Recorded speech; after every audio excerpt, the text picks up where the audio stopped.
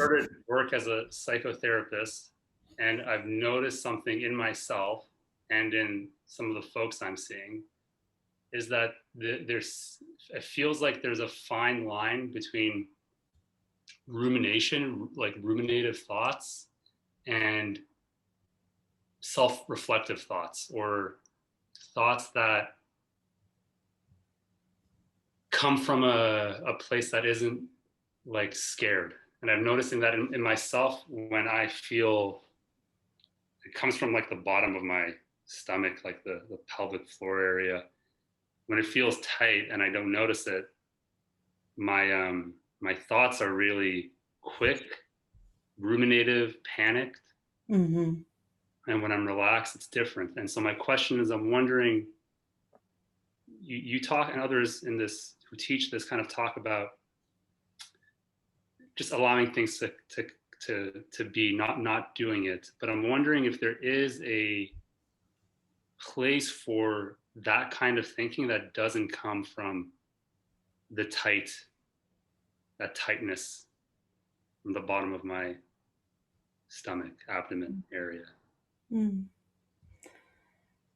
Well, there's definitely a place for that kind of thinking, since you've noticed that there's a kind of thought that is fresh and spontaneous and not mechanical. And then there's the kind of thought you're describing that's coming from the past and this little hamster on the wheel, rehearsing, the same line of thinking because it's what's familiar and it's what's safe in a funny way, even though it's not feeling safe, but it revolves around the separate self, and in that sense it feels safe.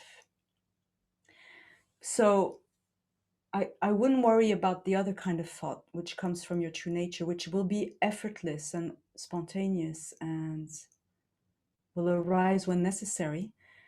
What I would not worry about but be interested in is this thought that is fear-based and repetitive, and you're doing, you're noticing it, which is a great first step. And then of course the thought part is kind of the tip of the iceberg often, and you're actually noticing that it's coming from your from a kind of contraction in your belly. So you're already exploring it, giving it space, allowing it to show itself. And the more you do that, the more you automatically and effortlessly take your stand as presence, because you're separating yourself from the thought by witnessing it. And then by welcoming the feeling out of which it seems to arise, you're also separating yourself, so to speak, from the feeling. Although at some point you'll also recognize that feeling rises out of you and is not separate from you. It's made out of you. But to begin with, you have to kind of step back and observe, which is clearly what you're doing since you're able to name it. And there's not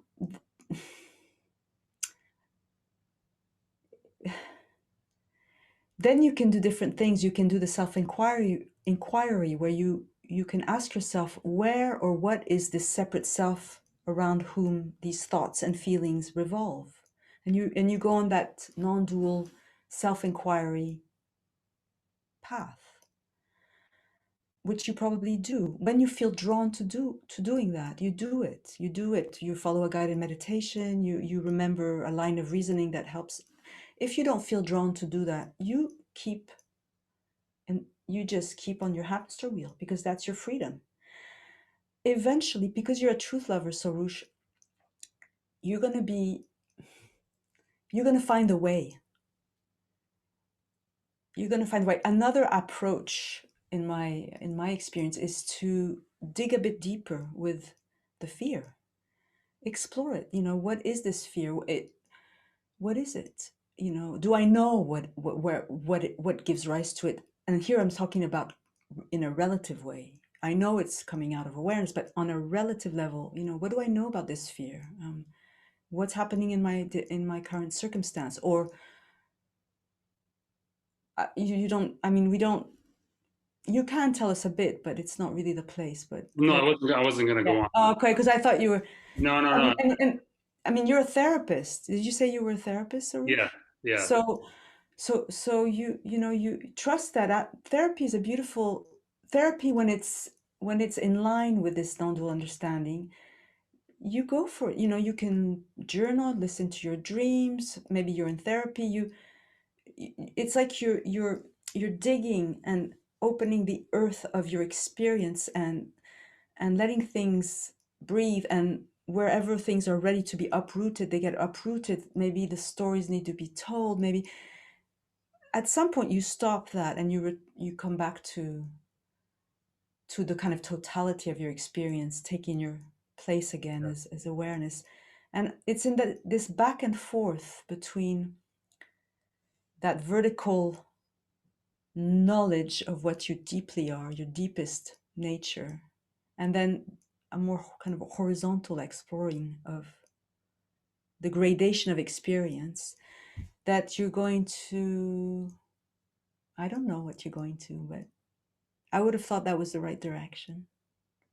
There's no miracle like I'm going to switch the fear-based thoughts off and I'm going to switch the truth, rising out of truth, pure thoughts on. That'd be nice. It would be. Just the last thing I want to say, it doesn't need to be a response. I just want to maybe say to the just out there is it just feels like there's it almost feels like being open is there's a pathway that I can feel, and I can feel the opportunities in my life that present themselves where it's like you can be open here, but then it feels like I'll be hurt if I become too open. Like if I'm just open, then I'm going to be hurt, which, you know, saying it out loud, I understand maybe the contradiction as well. But again, there's no switch there, right? That the body and The feeling of I can be open and the feeling that I'm going to be hurt both arise in openness. The openness that we are pointing towards here is not a feeling. In fact, it's what we are. It's ever present. There's no, it doesn't turn on and off. It's here now. It's here at every moment. However, sometimes the heart, the body, the mind are undefended, and it's lovely, and it's very particular. It's like our true nature is reverberating through the body mind. There's a feeling of ease, of undefendedness, and then and then and then oh, here comes this other person, memory, trauma, whatever. And so be it. This seems to be our human adventure, most of us, you know. This is the adventure of a journey of the wave that recognizes its deep connection to its mother ocean, and in fact recognizes it's coming out and made out of Mother Ocean, and at times has really taken on board a conditioning that came early in its life that said, no, you're not connected to Mother Ocean. You are a fragment, you're separate, you're a little thing, and you're in danger. So we cannot pretend that that's not part of our conditioning, all of us. So it must be that there's I don't know, like a deep intelligence to that. It's just beautiful. It's like, it's okay. So when you feel open and then fearful, okay, this is your edge. This is a place to explore, and a place where human and divine are going to meet, you know. How to maybe approach the strong localization that usually in the third eye, and also when these strong sensations emerge, and because quite often the transparency or resting as the space is comes quite easily when in slow movement, but as soon as the movement starts, there is this, okay, almost like a floating head, a stubborn floating head in space, you know. Just include the sensation of the head with the rest of the body moving. Yeah, yeah, it's Just almost, simple. yeah, instead of, because this, like you say, this it's almost this magnetic Yes, pull of but the also attention. because when we perceive the body, often we think we are perceiving it from the head area. For example, if your eyes are closed and I say, welcome the sensation of your feet, you're automatically going to locate yourself in the head and feel that you're drawing your attention downwards towards the feet. So the trick is to really remember that that which perceives is unlocated, and to include the sensation of the head, which is dense and quite loaded. Include it in your welcoming of sensation. So then you're delocating yourself from the head area. But it is a very, very powerful, we feel the headquarters of me are in the head, the thinker, the seer, it's like it's Yeah, it's, you can so almost feel the eyes yeah, going down that's also. right. And there's something natural about that. You don't have to erase that. You don't have to get rid of that feeling. The only problem with it, so to speak, is the conclusion we draw that I'm located in that sensation, and that sensation sort of limits me. That encapsulates my awareness. No, my awareness is unbounded, but Eric, the wave called Eric, does definitely need to be somewhat located as a body and in the head to have a functional wave life. So it's not going to go away. You're not going to float around. You could, to cross the street or drive your car, you're definitely going to need that sense of inhabiting the body. And Because I think it's definitely an expectation that is real, that like craving to just be nothing, I know. and Yes. but one, like you say, it's definitely good to know where my head is in daily life. Yeah, It's, and this craving to be nothing. Well, whenever you're sitting in meditation, just take the spaceship and orbit and take off into the openness.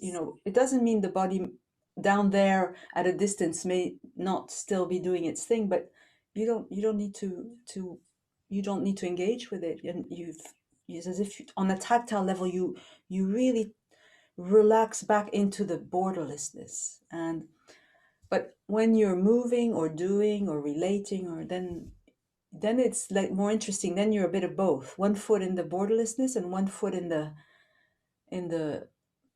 kind of open limit that is our body mind. It's a limit. We do have a shape. Every morning we wake up, and sure enough, there is there is Mark, Eric, there's Ellen, there is Sophia. So there is, we can enjoy that, yeah, but they're not. we don't have to superimpose even more of a separation on the natural shape that we are. We don't have to tighten it up, like, okay, we're going to nail it up so that, nothing can. No, it's got its own intelligence. Yes, it's a shape, but it's intimately connected with its environment, and it knows exactly how, more or less, because, somebody could say, well, yeah, but what about trauma, or what about. Yes, good point. But even in trauma, the response is organic.